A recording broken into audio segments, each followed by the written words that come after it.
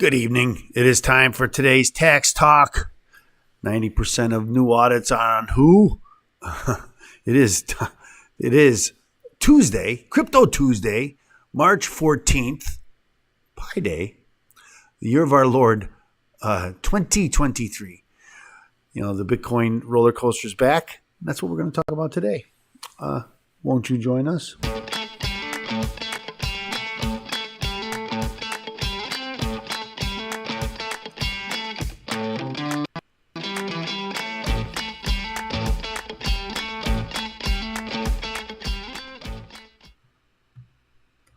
So yes, I had to rewrite that crypto comeback because that's what we're talking about today, the crypto comeback. Lost my picture. Anyway, that's what last week at this time on the Crypto Tuesday, we talked about the federal regulators trying to shut down crypto. I thought sure looked like it. Sure looked like that's what they were trying to do. And now this week, crypto's shooting up again, because of American regulators, right? The argument always was crypto's too dangerous. Crypto markets aren't regulated. Crypto markets are too volatile. And then our own banking system, which is highly regulated, is also volatile and dangerous. And so it doesn't really play into the cards right, does it? So that's what we're going to talk about today. I have a couple good, but like we always start with the markets. So let's start there. Here we go. Let's start there. And so here's the markets. We always go to our favorite site. I'm going to try to get which is coinflip.tech.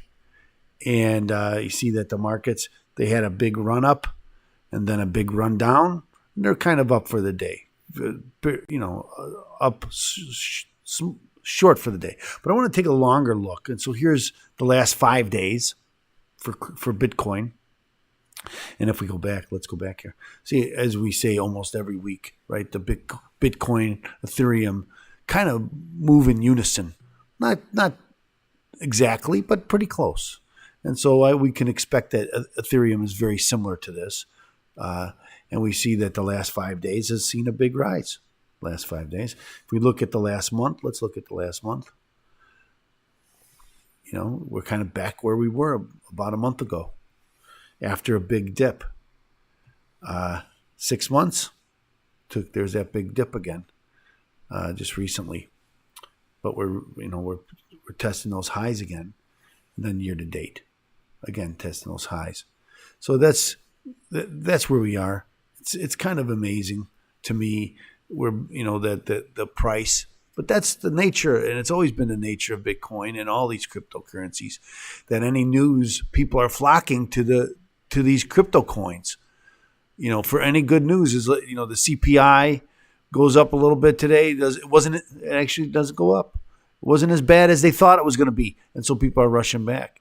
The banks are now going to be supported by the government. So a lot of these crypto companies because a lot of these banks, the Signature Bank in particular in New York, was a crypto bank. So a lot of these crypto companies had all their money there. And if those banks go under and lose their deposits, well, that's not going to bode well for the industry as a whole. And but once the government came in and said, "Oh, we're all's covered because we don't have free markets any longer," our government doesn't want anything bad to happen to anybody. And so, as we know, when the government gets involved and doesn't want anything bad to happen to anybody, something bad happens to everybody. And that's really what's going to happen, in my opinion. But here's the first story we're going to read: why Bitcoin, Ethereum, Cardano, and Coinbase are soaring again. And as we just saw, they had a pretty big increase in the last couple of days. The crypto market is having a great day on Tuesday. That's today, Crypto Tuesday. As of just 2 p.m., many leading tokens were enjoying serious 24-hour gains. Here's a sample of a few leading names, but dozens of altcoins posted similar price increases. And we just looked at this, 7.6% for Bitcoin. This was as of 2 o'clock Eastern, so 1 o'clock Central. Ethereum was up 5.9%, Cardano 4.1%. The surge in crypto market also lifted many stocks with close ties to this sector. For example, shares of leading crypto trading exchange Coinbase rose as much as 11.9% Tuesday before settling back to 5.9% gain at the close of the trading session. So what? There are many crypto-related balls in the air right now. Future historians will probably write books about this week in blockchain history. At the very least, you'll see chapters about its primers on the early days of crypto investing. This brief news roundup doesn't aim for that kind of scope. Instead, here are some of the Tuesday's most game-changing highlights in no particular order. The rash of bank runs and banking meltdowns struck the crypto sector hard last week because numerous crypto exchanges and stablecoins had active business relationships with the failed banks. This week, investors' fears largely subsided after regulators promised to secure the account balances of the falling banks' customers. So now the United States government is now secured every deposit in every bank in America. Not a very smart thing. The banking crisis may inspire the Federal Reserve to switch gears in its inflation-fighting efforts. In light of the bank sector's struggles amid rising benchmark interest rates, the agency could accept higher inflation in exchange for a lower risk of further financial institution meltdowns. So who pays for inflation? The American public pays for inflation, right? Because we pay through higher prices and lower income. And so inflation costs us all. And so rather than let banks fail, we're all going to pay through inflation. That's just the trade-off they've decided to make. So all of us will suffer because some bankers have made billions. And there is no downside. Isn't that what capitalism is supposed to be? You take risks and you reap the rewards, but you also suffer the downside.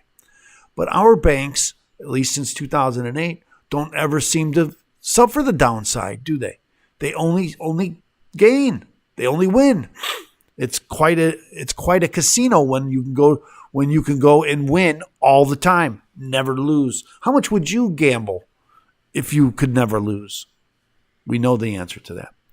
The Federal Open Market Committee's next rate-setting meeting is scheduled for March 22nd.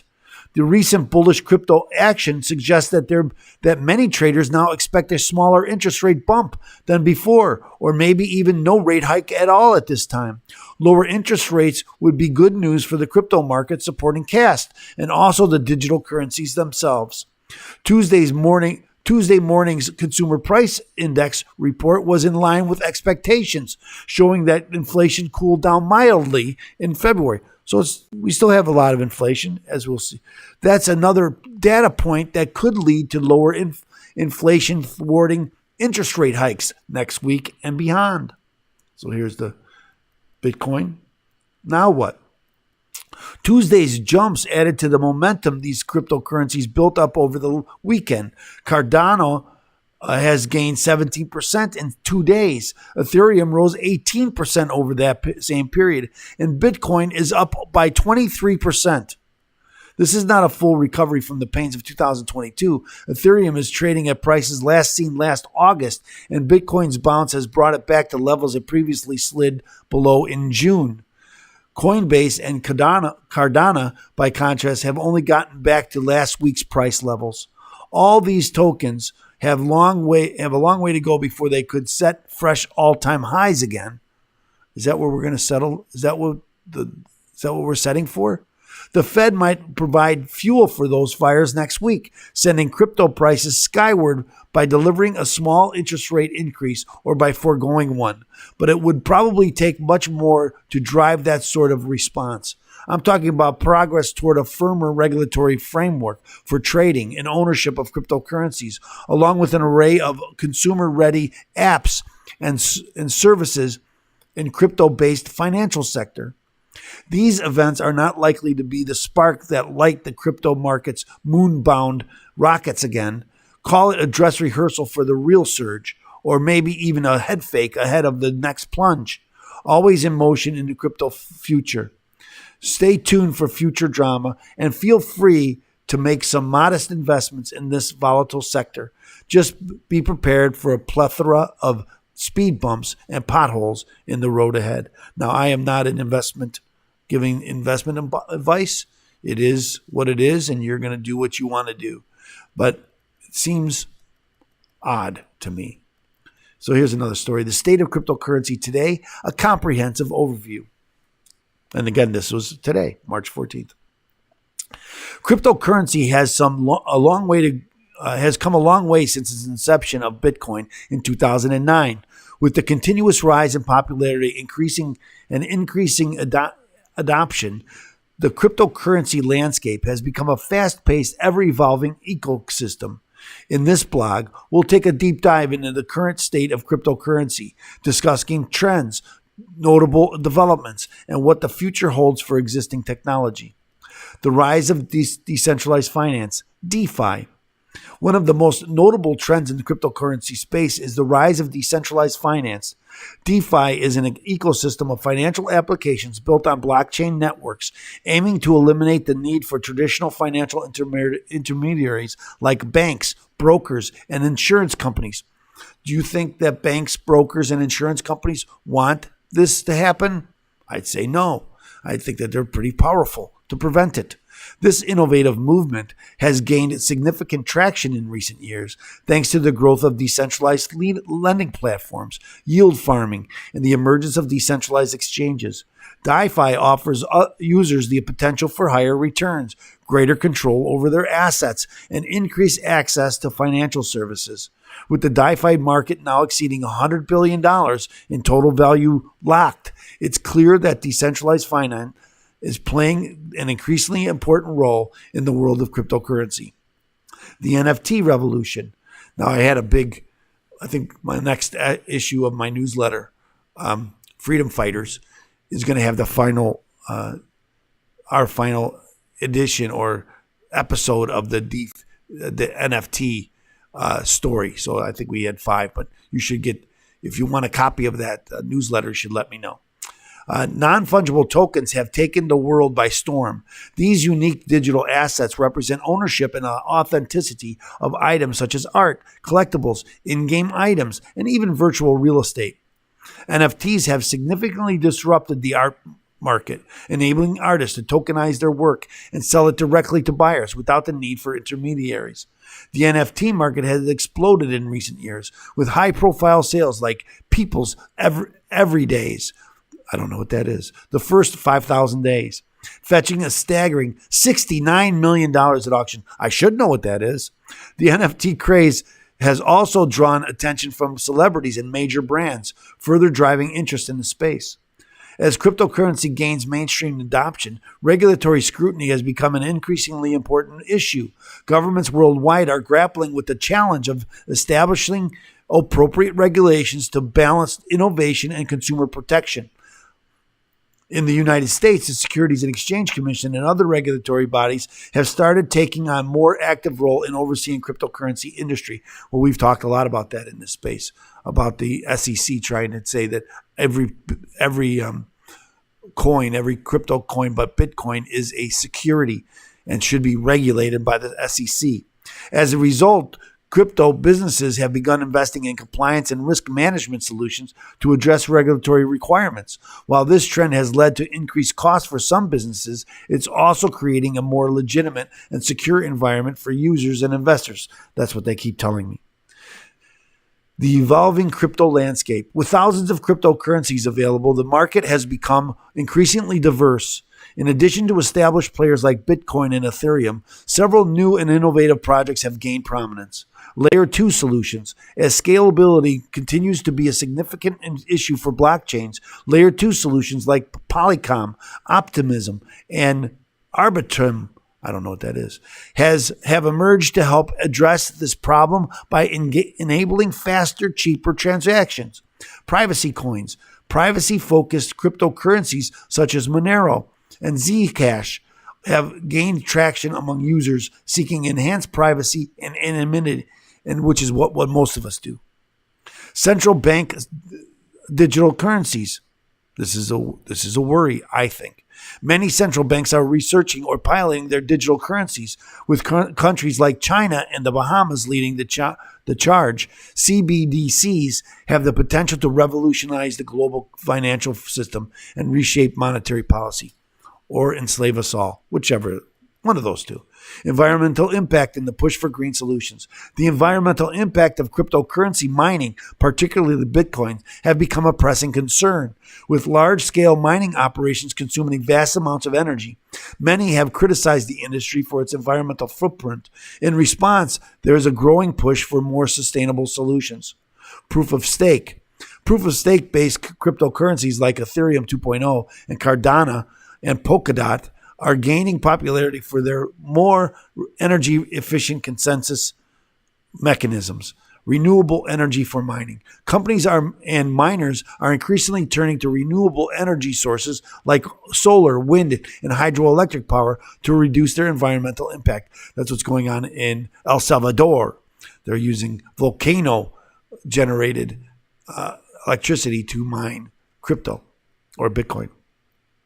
Carbon offsetting. Some crypto companies and projects are investing in crypto offset initiatives to mitigate the environmental consequences of their operations, or what I would say, appear to mitigate. Institutional investment in cryptocurrency has surged in recent years. Major financial institutions like JP Morgan, Goldman Sachs, and Fidelity have established dedicated crypto divisions, while prominent investment funds such as Grayscale, Skybridge Capital, and Pantera Capital continue to amass sizable crypto holdings. The shift in institutional sentiment has significantly contributed to the mainstream adoption of cryptocurrencies. Moreover, the introduction of crypto-focused financial products such as exchange-traded funds, ETFs, and Bitcoin futures contracts have made investing in cryptocurrencies more accessible to retail investors.